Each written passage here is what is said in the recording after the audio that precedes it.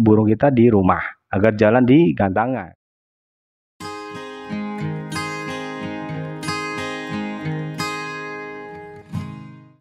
Assalamualaikum warahmatullahi wabarakatuh. Halo sahabatku Sobi, kita berjumpa kembali. Pada kesempatan kali ini kita akan coba membahas pertanyaan yang masuk dari teman kita yang memiliki akun adalah Om Putri. Beliau berkomentar di video dengan judul murai batu ini baiknya di full cacing.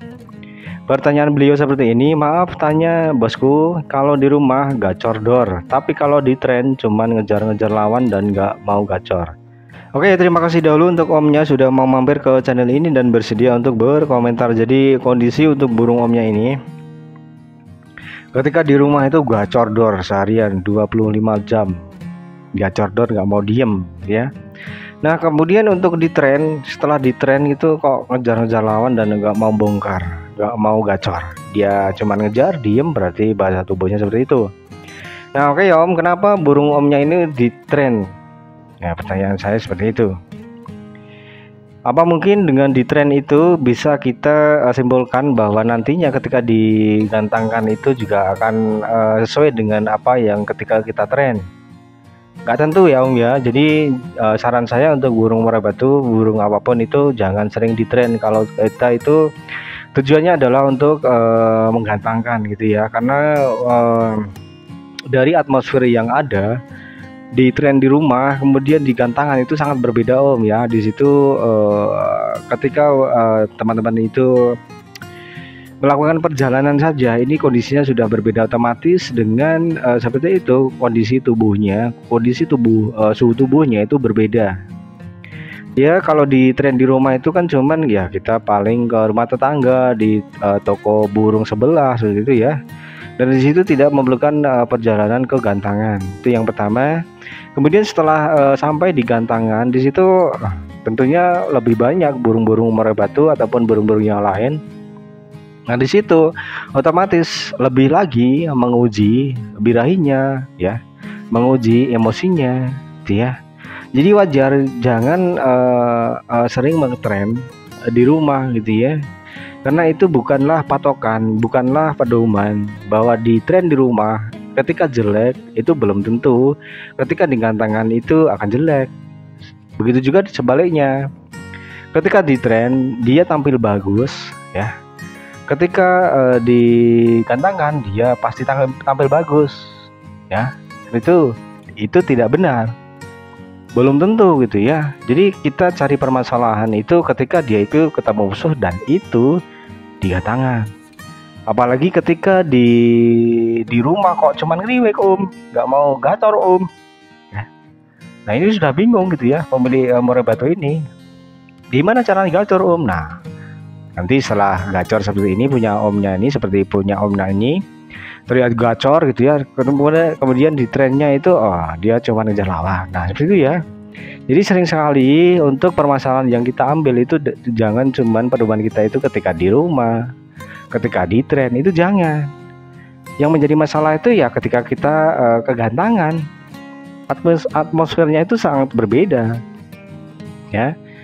Itulah saya sering bilang seperti itu ya. Beda lah untuk burung ini ketika kita itu cuman untuk ngopi di rumah ya biar gacor. Beda lah untuk burung kita itu untuk cuman ngetrek dengan tetangga, ngetrek dengan di toko burung sebelah. Nah itu beda. Nah di situ kalau tidak terlihat bagus, tidak terlihat bekerja keras ya sudah kita cari permasalahan di situ. Tetapi beda lagi ketika kita itu tren yang di situ terlihat cuman ngejar lawan. Ya sudah jangan dicari untuk permasalahannya ya. Oke lah. Ketika di rumah dia itu gacor sekali ya, gacor door seperti itu, kemudian di tren dia itu cuma ngejar lawan ya, kita jangan menyimpulkan lebih awal. Kita kelat beran aja dulu, tiket 10.000, 15.000, 30.000. Nah dari situ ketika dia kok sama, dia ngejar musuh, nggak mau bunyi, nggak seperti di rumah om. Dia cuma diem aja, ngejar aja, dia nggak bunyi. Nah di situ baru kita cari permasalahannya. Tentunya kita bisa mengotak-atik dari jumlah extra funding yang kita berikan, kemudian kita bisa mengotak-atik dari jumlah pemandian ya, penjemuran, kemudian istirahatnya seperti apa. Seperti itu dari beberapa poin tersebut kita bisa sesuaikan dengan kebutuhan, ya, kebutuhan burung merpati kita. Jadi seperti itu ya Om ya. Ketika di tren kok ngejar lawan, nggak mau gacor, nah bawa aja kegantangan Om. Nanti setelah situ ada permasalahan kok masih ngejar, nah baru nanti komentar lagi di sini, dengan tentunya disertai rawatan mandinya, ya, rawatan jemurnya, rawatan pengembaran, pengembunan, sauna, seperti itu diberikan. Jangan cuman tingkah lakunya diberikan ataupun dituliskan di sini gitu ya. Karena dari semua rawatan tersebut kita asumsikan, kita cari apa ya solusinya. Tentunya ya tentu kita harus memprediksi, nggak boleh asal gitu ya.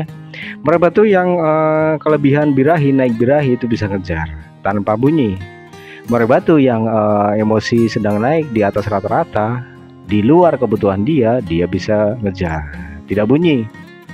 Seperti itu ya. Jadi ya kita sesuaikan. Jadi kalau bakso tubuh dari burung merpati itu bisa sama, tetapi penyebabnya itu berbeda. Nah makanya itu saya sering bilang untuk yang mungkin merpati yang pasang badan, ya, ada yang solusinya larinya ke penjemuran, ada yang pemandian, ada yang pengurangan extrafeeding, ada yang penambahan extrafeeding, ada yang perlu istirahat, ya.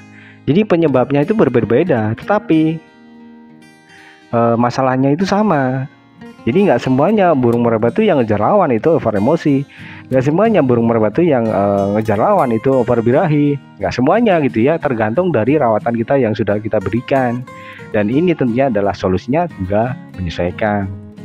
Ya, kemudian untuk pertanyaan selanjutnya ini datang dari teman kita yang memiliki akun adalah Om Ridwan TB. Beliau berkomentar di video dengan judul efek pur lele bagi merpati. Nah pertanyaan beliau seperti ini: kacer saya pakai pur lele udah 1 tahun lebih aman-aman aja, malah ngirit, nggak usah ngasih extra fooding, malah gacor, nggak pernah ngembung kalau di track ya. Jadi omnya ini beranggapan bahwa saya memberikan tutorial itu kurang tepat, ya. Pur lele itu kalau nggak salah video ini gitu ya, itu kurang bagus ketika diberikan yang di situ adalah proteinnya terlalu tinggi, dan di situ mengakibatkan adalah suhu tubuh itu naik. Nah terus omnya ini beranggapan semua kacer, semua merpati itu sama seperti itu gitu ya. Nah ini persepsi yang salah gitu ya. Makanya kita itu memang perlu pemahaman gitu ya. Sekarang gini, merpati, kacer, cecak hijau, ya ketika kita berikan jor-joran extra fooding, jor-joran, jangkrik, kroto ataupun ulet Hongkong, ya, di situ adalah padahal dia itu sudah kelebihan protein, ya. Kemudian kita berikan jor-joran dalam jumlah yang banyak. Nah, kemudian protein ini mau dibawa kemana? Ya, yang ada apa? Ya, kelebihan protein. Bisa dia itu birahinya itu selalu naik. Nah di situ omnya beranggapan ya semuanya itu sudah satu jalur gitu ya. Beranggapan bahwa saya itu salah dalam memberikan tutorial bahwa pur lele itu nggak semuanya pasti jelek. Diberikan pur lele itu jangan salah ya Om ya. Karena apa ya, ini tentunya menyesuaikan dengan kondisi. Burung merpati, burung kacer, burung cecak hijau ketika kurang protein, ya banyak loh burung yang kekurangan protein. Ketika diberikan pur lele yang di situ adalah proteinnya tinggi, ya cocok. Gitu deh ya. Paham dah teman-teman? Jadi memang kurangnya pemahaman ya dengan berkomentar seperti ini gitu ya. Oh burung saya itu bagus loh Om, saya berikan pur lele, kenapa Omnya bilangnya pur lele itu jelek? Yang jelek itu ya ketika sudah dia itu dalam tubuhnya itu sudah kebanyakan protein. Nah apa yang terjadi kalau kita itu terus memberikan protein yang tinggi? Ya nggak akan bagus gitu ya. Beda lagi ketika kacar murai batu, kemudian cak ijo kita yang di rumah itu ya, itu kekurangan protein, kemudian kita jor-joran dengan pur lele, ya bagus. Wong dia butuhnya di protein kok, gitu ya Om ya. Jadi ya jadi memang mungkin kurang memahami dengan apa yang saya sampaikan. Jadi burung murai batu itu nggak selamanya diberikan pur lele itu bagus, nggak selamanya pur lele itu jelek bagi burung murai batu, kacer ataupun yang lainnya. Itu ya Om ya. Jadi kan saya sering bilang, yang penting itu pemahaman. Burung murai batu yang kekurangan protein, kita berikan jor-joran extra wooding, kita berikan jor-joran pur lele. Agar apa? Ya proteinnya tercukupi, gitu ya. Kemudian burung yang sudah kelebihan protein, kita jangan memberikan jor-joran extra wooding, kita jangan sampai memberikan pur yang berprotein tinggi, pur lele, jangan, gitu loh ya. Jadi inilah yang dinamakan adalah pemahaman. Nah, kalau kita sudah paham, otomatis dengan bentuk pertanyaan apapun, kita itu pasti tahu, bisa menjawabnya dan bisa praktekkan dengan apa yang dibutuhkan oleh burung kita di rumah agar jalan di gantangan. Itu ya Om ya.